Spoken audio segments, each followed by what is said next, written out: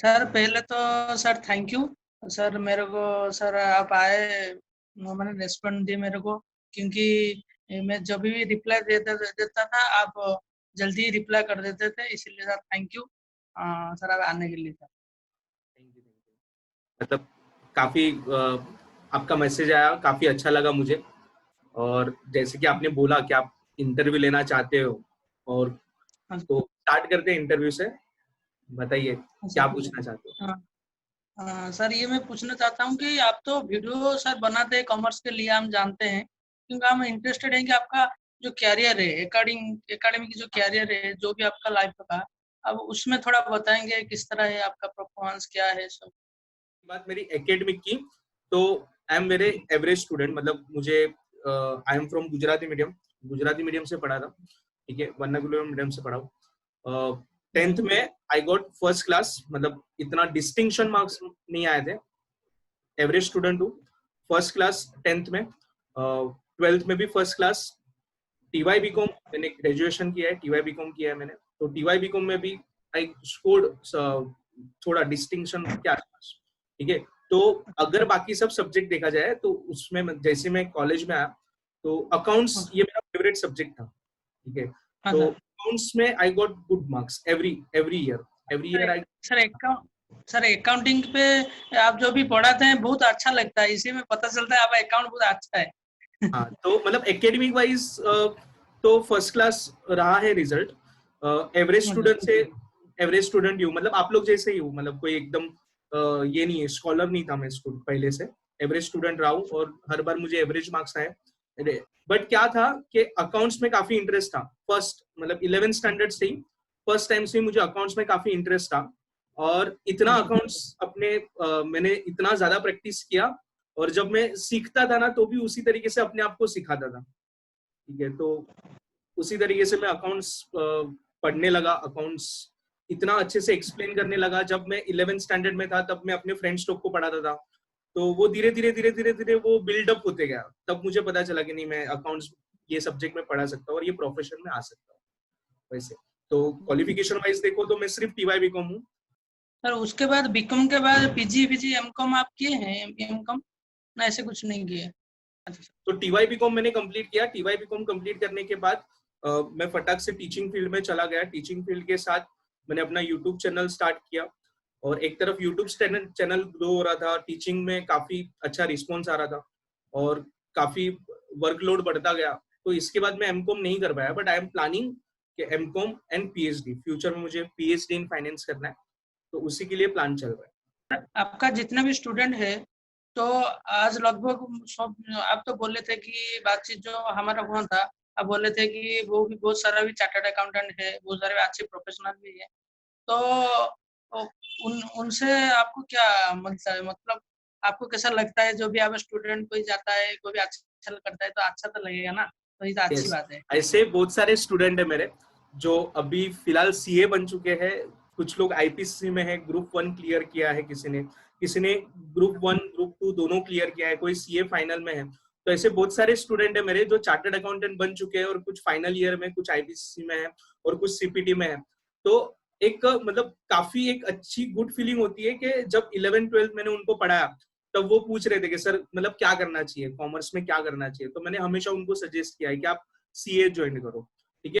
तो वो उनका हमेशा मैसेज आते रहता है कि sir thank you so much, आपने ये बताया। तो कैसे होता है ना, अगर हम समझो 100 स्टूडेंट को भी पढ़ाते हैं, तो उसमें कोई भी एक स्टूडेंट अगर समझो अपनी लाइफ में कुछ सक्सेस कर लेता है या फिर कुछ अचीव कर लेता है, तो मेरे लिए तो सबसे बड़ी चीज यही है, मतलब यही मेरे लिए भी सक्सेस है कि अपने स्टूडेंट को एक सक्सेस मिल जाए अच्छी खासी।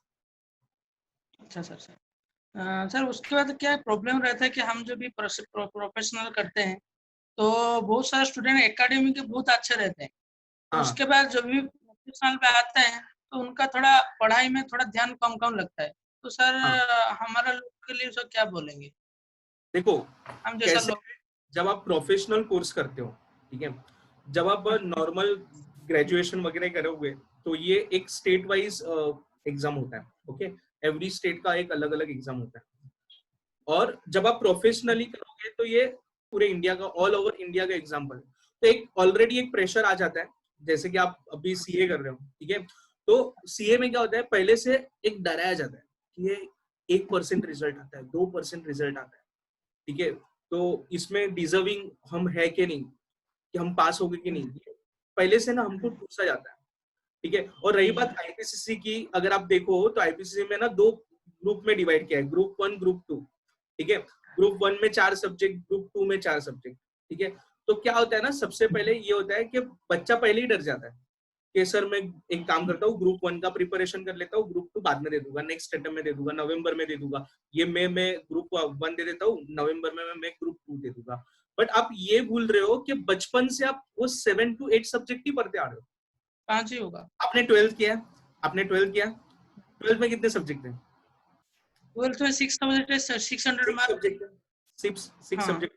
अर्लियर आईपीसीसी में क्या था कि पहले कितने सब्जेक्ट थे आईपीसीसी में, तो पहले 7 सब्जेक्ट थे, ठीक है। अच्छा ग्रुप सर। 2 में, ग्रुप 2 में एडवांस अकाउंटिंग, एसएफ, आईटीएसएम और ऑडिटिंग, ये 3 सब्जेक्ट, और ग्रुप 1 में 4 सब्जेक्ट, ठीक है, अकाउंट्स, अच्छा कॉस्टिंग, टैक्सेशन एंड लॉ, ठीक है। तो सर अच्छा 7 सब्जेक्ट पहले से है, ठीक है। हम लोग जब 12th स्टैंडर्ड में पढ़ रहे थे तभी 6 सब्जेक्ट पढ़ रहे थे, मतलब हम लोग को पहले से आदत है। कैसे होते हैं, हमको पहले से आदत होती है 7 सब्जेक्ट पढ़ने की, ठीक है। बस अभी प्रोफेशनल में आके वो 2 अलग अलग पार्ट में डिवाइड कर दिया है कि ग्रुप 1 ग्रुप 2, तो इसमें डिवाइड किया गया ग्रुप 1 ग्रुप 2। तो इसमें एक ऑलरेडी एक प्रेशर आ जाता है कि ग्रुप 1 क्लियर करना है, ग्रुप 2 क्लियर करना है, कि दोनों एक साथ दोगे, अच्छे से प्रॉपर से स्टडी करोगे तो एक साथ दोनों ग्रुप क्लियर हो जाओगे, क्योंकि हम लोग को पहले से आदत है 7 सब्जेक्ट, 6 सब्जेक्ट, 7 सब्जेक्ट पढ़ने की, ठीक है। और रही बात प्रोफेशनल में आके कि मतलब सर जो एकेडमिक वाइज एकदम अच्छा होता है, आपने जैसे कि अभी जस्ट बोला भगवान हमने कि सर एकेडमिक वाइज काफी अच्छा होता है, प्रोफेशनल में आके सर उसका परफॉर्मेंस गिर जाता है ना। अच्छा सर। ये अच्छा ऐसा सर। क्यों होता है, ठीक है, तो इसके पीछे रीजन क्या पता है। First one is consistency and second अच्छा वन इज सिंसियरिटी। अच्छा सर। क्या होता है ना, पता है कि जो आपको भी पता होगा कि ये जो सीए, ये जो कोई भी प्रोफेशनल कोर्स है ना, इसमें 2 ही चीज, पहला सबसे पहला क्या है सर, कंसिस्टेंसी होनी चाहिए, और दूसरा सिंसियरिटी टुवर्ड्स योर स्टडी। ये या फिर कोई भी प्रोफेशनल कोर्स एक ऐसा कोर्स है जिसमें ना सर एवरेज बच्चा भी पास हो जाता है, और जिसमें ना स्कॉलर से स्कॉलर बच्चा भी फेल हो जाता है। अभी सर दोनों में फर्क क्या है, मैं बताता हूँ। एवरेज जो स्टूडेंट होता है ना, उसको पहले से डर लगा हुआ रहता है, क्या कि यार मैं पहले से एवरेज हूँ, ठीक है, मैं पहले से एवरेज हूँ, अगर मैंने पढ़ाई नहीं की ना तो मैं फेल हो जाऊंगा, अगर मैंने पढ़ाई नहीं की तो मैं फेल हो जाऊंगा। तो वो इतना डरा हुआ रहता है, वो कंटिन्यूस स्टडी करता है, कंटिन्यूस स्टडी करता है, कंटिन्यूस स्टडी करता है, और वो स्टडी कर करके इतना मतलब अपने आप को बिल्डअप कर देता है कि वो प्रोफेशनल एग्जाम क्रैक कर लेता है, ठीक है। तो एक एवरेज स्टूडेंट भी प्रोफेशनल एग्जाम क्रैक करता है, इसके पीछे का रीजन उसका डर होता है कि वो कंसिस्टेंसी, वो डर को बोलता है कि नहीं मुझे अभी पढ़ाई करना है, मुझे अभी और थोड़ा ज्यादा स्ट्रांग होना है, स्ट्रांग होना है। और वो जो एवरेज स्टूडेंट है वो कंटिन्यूस पढ़ाई करके वो प्रोफेशनल एग्जाम क्रैक कर लेता है। जबकि मैं बताऊं कोई स्मार्ट स्टूडेंट है, ठीक है, जो पहले से उसका एकेडमिक परफॉर्मेंस काफी अच्छा हो रहा है, ठीक है, अभी क्या होता है, वो क्यों फेल हो जाता है, वो उसका जो फेल होने का रीजन क्या है। पहला तो उसको ये लगता है यार अब तक मैं कभी फेल नहीं हुआ, अच्छा अब तक मेरा परफॉर्मेंस काफी अच्छा है, तो ये वाला एग्जाम मैं क्रैक कर लूंगा। वो ये भूल जाता है कि ये प्रोफेशनल एग्जाम है, ठीक है। यहाँ सिंसियरिटी एंड कंसिस्टेंसी ये दोनों जरूरी है, ठीक है। तो मेहनत तो सर करना पड़ेगा सर। यस, तो ये जो जो बंदा है ना, जो पहले से उनका एकेडमिक ईयर अच्छा है, उन लोग थोड़ा सा स्मार्ट बन जाते हैं, ठीक है, और फिर क्या होता है उनकी स्टडी थोड़ी सी कम हो जाती है, और उन लोग वो स्पेसिफिक प्रोफेशनल एग्जाम क्रैक नहीं कर पाते, ठीक है। तो ये एक रीजन है। तो अगर आप कोई भी प्रोफेशनल कोर्स करते हो तो 2 चीजें आपको कंपलसरी रखनी है, एक तो कंसिस्टेंसी, दूसरा सिंसियरिटी। यस। अच्छा सर। सर ये बात है कि जो भी हार्डवर्क हम जो करते हैं, हर दिन में कितना कितना पढ़ाई होना चाहिए, एक्चुअली आउटपुट निकालना चाहिए, तो उसके बारे में आप क्या बताएंगे। अभी कैसे होगा ना, समझो अगर आप स्टडी करने बैठते हो, ठीक है, तो जो आप खुद की नोट्स बनाओगे ना, that is very important. Summary note जो बनता है, मतलब समझो पर्टिकुलर एक टॉपिक आपने पढ़ लिया, ठीक है, से फॉर एग्जांपल कंपनी लॉ में एक आपने इंट्रोडक्शन ऑफ कंपनी अकाउंट पढ़ लिया, लॉ में एक सब्जेक्ट पढ़, एक पूरा चैप्टर पढ़ लिया, वो चैप्टर पढ़ने के बाद है ना, समझो अगर वो चैप्टर 20 पेज का है, से फॉर एग्जांपल अगर वो चैप्टर 20 पेज का है, तो वो 20 पेज आपने लिख दिया। सबसे पहले तो आप क्या कर लोगे, उसको हाईलाइट कर लोगे, जो जो आप पढ़ रहे हो, जो जो इंपॉर्टेंट आपको पार्ट लग रहा है उसको हाईलाइट कर दोगे अपनी बुक में। और वो 20 पेज पढ़ने के बाद आप खुद अपनी नोट्स बनाओगे, अच्छा समरी सर। नोट्स। अभी वो जो समरी नोट्स है ना, वो समरी नोट जो आपने 20 पेज पढ़े ना, वो कम से कम 2 पेज में कवर अप होना चाहिए, पूरा चैप्टर कवर होना चाहिए 2 पेज में। अभी वो 2 पेज में आप लिखोगे क्या, तो कुछ डिफिकल्ट वर्ड्स, डिफिकल्ट पॉइंट्स जो आपको याद रखने हैं। और इस तरीके से अच्छा समरी नोट्स बनाओ कि वो जब एग्जाम के टाइम पे जब मैं वो 2 पेज पढ़ूं, तो वो पूरा का पूरा चैप्टर मेरा रिवाइज हो जाना चाहिए। अभी अच्छा सर सर। ये आप कैसे करते हो, तो ये जब मैं 11th स्टैंडर्ड में था ना, मैं तब से अकाउंट से रिलेटेड ही करते आ रहा। मतलब मेरा ये अच्छा खास बात था कि मतलब कैसे कि अगर समझो मैंने कोई पर्टिकुलर चैप्टर पढ़ा, वो पर्टिकुलर चैप्टर पढ़ने के बाद मैं 2 या 3 पेज में उसका पूरा समरी लिख देता था, स्टार्ट टू एंड। ठीक है, तो जब वो 3 पेज हम पढ़ते हैं, तो हमारे पास वो पूरा पूरा चैप्टर रिवाइज हो जाता है। तो क्या होता है ना, सबसे पहले कंसिस्टेंसी, और ये तो जरूरी ही है। अभी सिलेबस इतना वास्ट है, इतने इतना अच्छा इतना वास्ट है सिलेबस। ओके, इतने वास्ट सिलेबस में हम लोग क्या करेंगे सर, उसको एकदम कम कर देंगे, एकदम कम। अच्छा। जब अच्छा आप समरी नोट्स बनाओगे ना, तो वो समरी नोट्स क्या होगा, वो छोटी सी समरी नोट्स आप एग्जाम टाइम में रिवीजन कर सकते हो, एग्जाम के 1-2 बार रिवीजन कर सकते हो। तो ये एक तरीका है कि मतलब इतना बड़ा सिलेबस को इतना छोटा करना और कंटिन्यूस। और one more thing is cumulative revision. अच्छा। क्यूमुलेटिव रिवीजन मींस व्हाट, कि से फॉर एग्जांपल आप कोई एक चैप्टर पढ़ रहे हो, एक चैप्टर पढ़ा और उसका समरी नोट्स बना दिया। आप दूसरा चैप्टर पढ़ रहे हो, तो जब दूसरा चैप्टर पढ़ोगे उसका आपने समरी नोट्स बना दिया। अब जब दूसरा चैप्टर आप पढ़ने बैठो ना, तब आप जो पहले चैप्टर में जो आपने लिखा था समरी नोट्स, उसको रिवाइज करो। उसके बाद सेकंड चैप्टर पे आओ। जब सेकंड चैप्टर पढ़ लोगे, सेकंड चैप्टर का आपने समरी नोट्स बनाया, और आप थर्ड चैप्टर आओगे, तो जब थर्ड चैप्टर स्टार्ट करना है ना, तो फर्स्ट वन रिवाइज करो, समरी नोट जो आपने बनाया था वो, फिर सेकंड वन रिवाइज करो, फिर थर्ड वन पे जाओ। उसको बोलते हैं क्यूमुलेटिव रिवीजन। तो cumulative revision is more important in professional exam. Sir yes. अभी तो एग्जाम के लिए शायद मैं मान के चल रहा हूँ 4 महीना नवंबर को। तो 4 महीना में तो 2 ग्रुप नहीं हो सकता। जो भी जो भी इंटर लेवल का स्टूडेंट है, वो एक ग्रुप अच्छे से हो पाएगा क्या 4 महीना में? कैसे देखो, जिन्होंने पहले से प्लानिंग कर लिया था 2 ग्रुप का, उन्होंने तो पहले से प्रिपरेशन भी 2 ग्रुप का ही किया होगा। ठीक है, हाँ सर। और कभी कभी ऐसा होता है, मतलब 2 ग्रुप का अगर प्रिपरेशन किया है, तो वो स्टूडेंट 2 ग्रुप के लिए ही जाए। ठीक है, दोनों अच्छा ग्रुप सर। एक साथ ही दे। उसमें को अगर अच्छा अगर आपको कॉन्फिडेंस नहीं है कि यार मैंने दोनों ग्रुप का फॉर्म तो भर दिया है, ठीक है, बट मैं दोनों ग्रुप दूंगा या नहीं दूंगा, ये मेरे पास क्वेश्चन है। ठीक है, तो सबसे पहले क्या कीजिए, ये वाली सिचुएशन में पहले एक ही ग्रुप पढ़िए, चाहे वो ग्रुप 1 हो चाहे ग्रुप 2 हो। एक ही ग्रुप पढ़ो। एक ही ग्रुप में अगर समझो आपका प्रॉपर हो चुका है रिवीजन, या एक ही ग्रुप आपका वो हुआ है, अच्छा। तब आप दूसरे ग्रुप पे जाओ। अगर आपने पहले से दोनों ग्रुप अच्छा। पढ़ा है, तो you must go for both the group. But अगर समझो आपने अभी अच्छा। तक की स्टडी नहीं हुई है, ठीक है, तो 4 महीना इज मोर देन इनफ। अगर आप पहले से थोड़ा थोड़ा अपने पढ़ते आ रहे हो, आपने थोड़े बहुत चैप्टर्स पढ़े हैं, ठीक है, तो 4 महीना I think so more than enough to clear one group, more अच्छा। Then. But condition apply is 15 hours study करना पड़ेगा, एटलीस्ट 15 आवर्स एवरी डे। अच्छा। तो सर लास्ट में ये बोलूंगा कि आपका जो यूट्यूब चैनल है, तो वहाँ पे अकाउंटिंग, कॉस्टिंग और टैक्सेशन और सर जितना भी है सब कॉन्सेप्चुअल अच्छा है। इसीलिए मेरे को अच्छा लगता है। मैं भी स्टूडेंट को बोलूंगा, जितने भी मेरा सब्सक्राइब किए हुए जो भी चैनल है कॉमर्स रिलेटेड, वो बोलेंगे आपका चैनल सब्सक्राइब करेंगे और आपको फॉलो करेंगे। Sir thank you so much. Sir आप ज्वाइन किए, अभी तो सर आपका क्लास भी होगा। ठीक है sir, thank you sir. Yes, ठीक है, मुझे भी अच्छा लगा।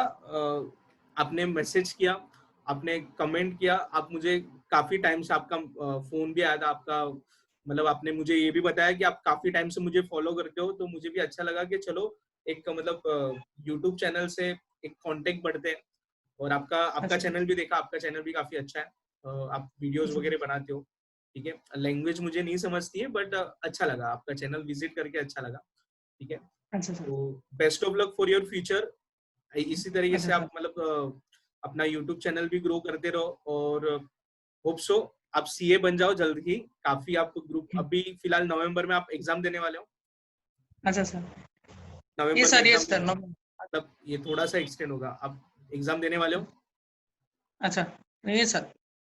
ओके, तो best of luck for your exam. और मतलब कभी भी अकाउंट से रिलेटेड कोई भी डाउट रहेगा, कॉस्टिंग से रिलेटेड कोई भी डाउट रहेगा, any time you can message me, any time you can mail me. ठीक है, मैं आपके डाउट सॉल्व करने की कोशिश करूंगा। और जैसे ही आप ग्रुप 1 भी क्लियर होते हो, ग्रुप 2 भी क्लियर होते हो, तो अगर आप मुझे कांटेक्ट करने की कोशिश करोगे तो मुझे काफी अच्छा लगेगा कि चलो आप। जरूर जरूर सर, ये तो मैं करूंगा, क्योंकि सर एक बात मैं बताना चाहता हूँ। आपका चैनल में कैसे मतलब सर्च किया, मैं एक वीडियो देख रहा था, उसके बाद आपका चैनल आड में आया। तो अच्छा। आड में जनरली सब लोग स्किप कर देते हैं, क्योंकि यस। मेरे को आपके जो आप जो पढ़ाते हैं ना, जो समरी करके जो लिखा गया, तो बहुत कम टाइम पे ज्यादा आउटपुट आता है। उसके बाद मेरा यस। अच्छा लगा, मैं जल्दी विजिट किया चैनल को, चैनल तुरंत ही मैं और बेल नोटिफिकेशन दबा दिया। उसके बाद जब जब भी आपका वीडियो सब आता है तो मेरे पास आ जाता है सब नोटिफिकेशन, तो मैं देख लेता हूँ। Thank you so much, thank you so much. मतलब इतने टाइम से आप देख रहे हो ये पता नहीं था मेरे को, और मेरे को भी काफी अच्छा लगा कि मतलब आप मतलब मेरे चैनल देखते हो और मतलब काफी कुछ सीखने मिलता है आपको मेरे चैनल से। तो थैंक यू सो मच मतलब देखने के लिए और इतने टाइम से फॉलो करने के लिए। Thank you sir. Thank you sir. एक बार और बोलेंगे कि जो भी स्टूडेंट है, जो भी आपको क्लास नहीं ले पाते, मतलब वो आपके पास पढ़ना चाहते हैं, तो उनको कैसे, मतलब आपका क्लास कैसे पता चलेगा, कैसे कहाँ पे मिलेगा, कोई अभी है? अभी तो हम तो आउट ऑफ स्टेट है ना, जो भी स्टूडेंट आउट ऑफ स्टेट है, हाँ मतलब आप महाराष्ट्र से पढ़ाते हैं, जो भी हाँ, महाराष्ट्र से बाहर है, वो आपसे पढ़ेंगे तो कैसे पढ़ेंगे? अभी ऐसे कुछ है नेटवर्क? अभी फिलहाल ऐसा कुछ है नहीं। जैसे कि महाराष्ट्र में हूँ मैं, महाराष्ट्र के जो मतलब महाराष्ट्र में भी मुंबई में हूँ, तो मुंबई के जो बच्चे हैं जो मुझसे directly face to face connect हो सकते हैं, तो वैसे हो रहे हैं। और रही बात महाराष्ट्र के बाहर अगर कोई बच्चे पढ़ना चाहते हैं तो उनके लिए मैंने यूट्यूब चैनल में वीडियोस डाले, बट हालांकि अभी तक मैंने कभी लाइव सेशन किया नहीं है, क्योंकि महाराष्ट्र के बाहर कभी जरूरत पड़ी नहीं, किसी का कभी कॉन्टेक्ट वगैरह आया नहीं है। बट अगर कभी फ्यूचर में ऐसा होगा तो हम लोग देखेंगे, करेंगे कुछ लाइव सेशन करेंगे, अगर कोई ऐसे बच्चे होंगे जिनको ठीक है सच। सर। आप भी जितना भी यूट्यूब में भी जितना भी आपका वीडियो भी है, वो अच्छे अच्छे कॉन्सेप्ट है, जैसे स्टैंडर्ड कॉस्टिंग, मार्जिनल कॉस्टिंग, वो सारा तो लेक्चर है, प्रैक्टिकल क्वेश्चन भी है, तो हाँ, वहां पे भी तो पता चल जाता है। तो आप जरूर भी सर करिए, आगे भी फुल क्लास भी दीजिए और भी बेनिफिट पाएंगे। जी जरूर ठीक जरूर है सर। जरूर। Thank you sir. Thank you. Thank you.